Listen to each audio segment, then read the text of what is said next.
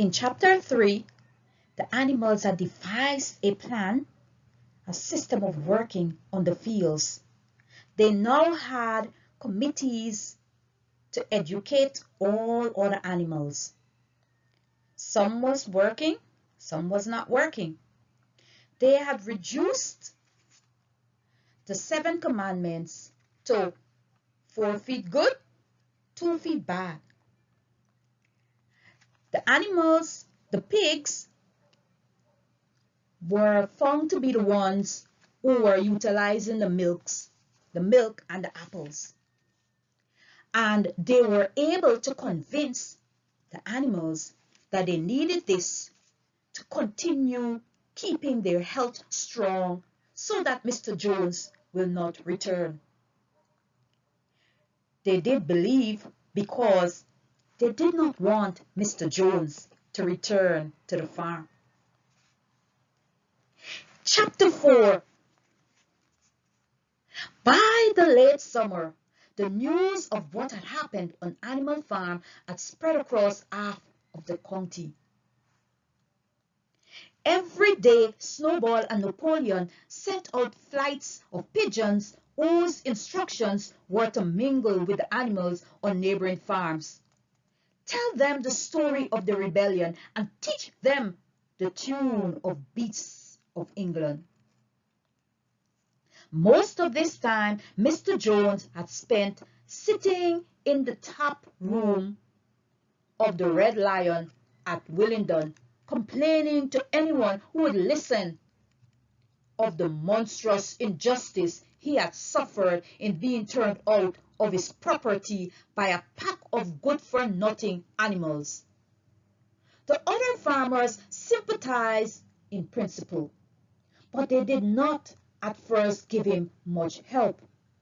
At heart, each of them was secretly wondering whether he could not somehow turn Jones' misfortune to his own advantage. It was lucky that the owners of the 2 farms which adjoined Animal Farm were on permanently bad terms. One of them, which was named Foxwood, was a large, neglected, old-fashioned farm, much overgrown by woodland, with all its pictures worn out and its hedges in a disgraceful condition. Its owner, Mr. Pilkington, was an easy-going gentleman farmer who spent most of his time in fishing or hunting according to the season. The other farm, which was called Pinchfield, was smaller and better kept. Its owner was a Mr. Frederick, a tough, shrewd man, perpetually involved in lawsuits and with a name for driving hard bargains. These 2 disliked each other so much that it was difficult for them to come to any agreement, even in defense of their own interests. Nevertheless, they were both thoroughly frightened by the rebellion on Animal Farm, and they were anxious to prevent their own animals from learning too much about it. At first, they pretended to laugh to scorn the idea of animals managing a farm for themselves. The whole thing would be over in a fortnight. They said they put it about that the animals on the Manor Farm, they insisted on calling it the Manor Farm, they would not tolerate the name Animal Farm, were perpetually fighting among themselves, and were also rapidly starving to death. When time passed and the animals had evidently not starved to death, Frederick and Pilkington changed their tune and began to talk of the terrible wickedness that now flourished on Animal Farm. It was given out that the animals there practiced cannibalism, tortured one another with red-hot horseshoes, and had their females in common. This was what came of rebelling against the laws of nature, Frederick and Pilkington said. However, these stories were never fully believed. Rumors of a wonderful farm where the human beings had been turned out and the animals managed their own affairs continued to circulate in vague, distorted forms. And throughout that year, a wave of rebelliousness ran through the countryside. Bulls, which had always been tractable, suddenly turned savage. Sheep broke down hedges and devoured the clover. Cows kicked the pail over. Hunters refused their fences and shot their riders onto the other side. Above all, the tune and even the words of Beast of England were known everywhere. It had spread with astonishing speed. The human beings could not contain their rage when they heard this song, though they pretended to think it merely ridiculous. They could not understand, they said, how even animals could bring themselves to sing such contemptible rubbish. Any animal caught singing it was given a flogging on the spot. And yet the song was irrepressible. The blackbirds whistled it in the hedges. The pigeons cooed it in the elm. It got into the ding of the smithies and the tune of the church bells. And when the human beings listened to it, they secretly trembled, hearing it in a prophecy of their future doom.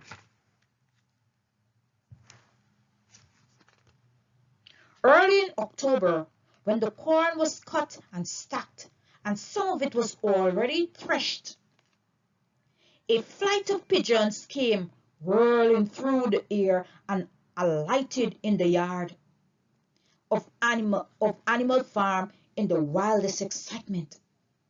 Jones and all his men, with half a dozen others from Foxwood and Pinchfield, had entered the 5-barn gate and were coming up the cart track that led to the farm. They were all carrying sticks except Jones, who was marching ahead with a gun in his hand. Obviously, they were going to attempt the recapture of the farm. This had long been expected, and all preparations had been made. Snowball, who had studied an old book of Julius Caesar's campaigns, which he had found in the farmhouse, was in charge of the defensive operations. He gave his orders quickly, and in a couple of minutes, every animal was at his post. As the human beings approached the farm buildings, Snowball launched his first attack. All the pigeons, to the number of 35, flew to and fro over the men's heads and muttered upon them from midair. And while the men were dealing with this, the geese who had been hiding behind the hedge rushed out and picked viciously at the calves of their legs. However, this was only a light skirmishing maneuver intended to create a little disorder, and the men easily drove the geese off with their sticks. Snowball now launched his second line of attack. Morel, Benjamin, and all the sheep, with Snowball at the head of them, rushed forward and prodded and butted the men from every side, while Benjamin turned round and lashed at them with his small hoofs. But once again the men, with their sticks and their hobnails boots, were too strong for them. And suddenly, at a squeal from Snowball, which was the signal for retreat, all the animals turned and fled through the gateway into the yard. The men gave a shout of triumph.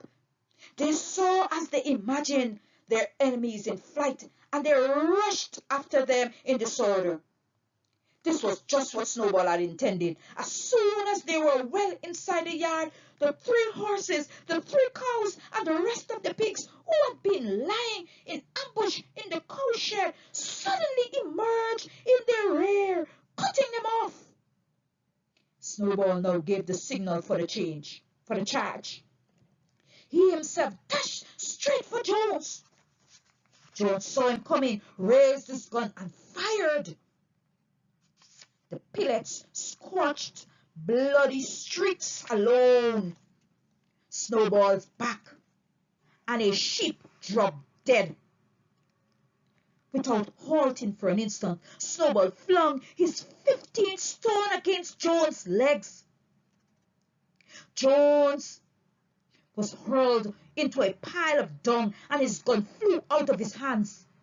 But the most terrifying spectacle of all was Boxer rearing up on his hind legs and striking out with his great iron shod hoofs like a stallion. His very first blow took a stable lad from Foxwood on the skull and stretched his lifeless in the mud. At the sight, several men dropped their sticks and tried to run. Panic overtook them, and the next moment all the animals together were chasing them round and round the yard. They were gored, kicked, bitten, trampled on. There was not an animal on the farm that did not take vengeance on them after their own fashion. Even the cat suddenly leaped off a roof onto a cowman's shoulder and sank her claws in his neck, at which he yelled horribly. At a moment when the opening was clear, the men were glad enough to rush out of the yard and make a bolt for the main road. And so within 5 minutes of their invasion, they were in ignominious retreat by the same way as they had come, with a flock of geese hissing after them and pecking at their calves all the way. All the men were gone except one. Back in the yard, Boxer was pawing with his hoof at the stable lad who lay face down in the mud, trying to turn him over. The boy did not stir. "He is dead," said Boxer sorrowfully. "I had no intention of doing that. I forgot that I was wearing iron shoes. Who will believe that I did not do this on purpose?" "No sentimentality, comrade," cried Snowball, from whose wounds the blood was still dripping. "War is war. The only good human being is a dead one. I have no wish to take life, not even human life," repeated Boxer, and his eyes were full of tears. "Where is Molly?" exclaimed somebody. And there, folks, we will stop in chapter 4, and we will continue in a few, and we will continue with chapter 5 as well.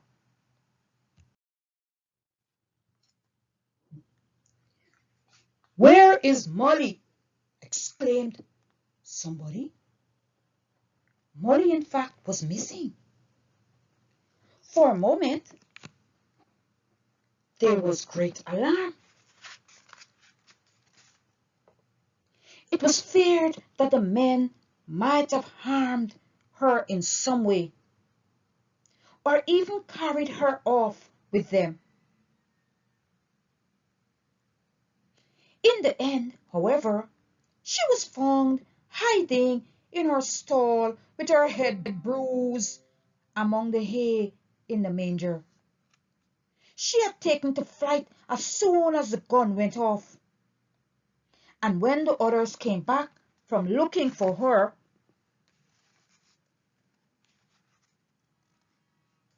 it was to find that the stable lad, who in fact was only stunned, had already recovered and made off. The animals had now reassembled in the wildest excitement, each recounting his own exploits in the battle at the top of his voice. An impromptu celebration of the victory was held immediately. The flag was run up and the Beast of England was sung a number of times. Then the sheep who had been killed was given a solemn funeral. A hawthorn bush being planted on her grave. At the graveside, Snowball made a little speech, emphasizing the need for all animals to be ready to die for Animal Farm if need be.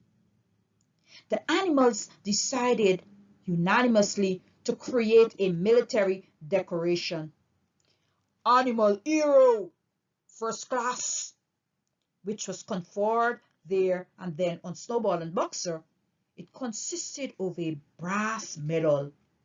They were really some old horse brasses which had been found in the harness room to be worn on Sundays and holidays. There was also Animal Hero Second Class, which was conferred posthumously on the dead sheep. There was much discussion as to what the battle should be called. In the end, it was named the Battle of the Cowshed, since that was where the ambush had been sprung. Mr. Jones's gun had been found lying in the mud, and it was known that there was a supply of cartridges in the farmhouse.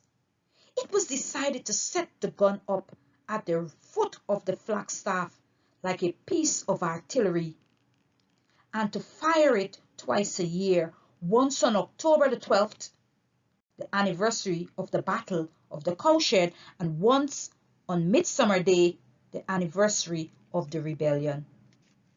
We have come to the end of chapter 4.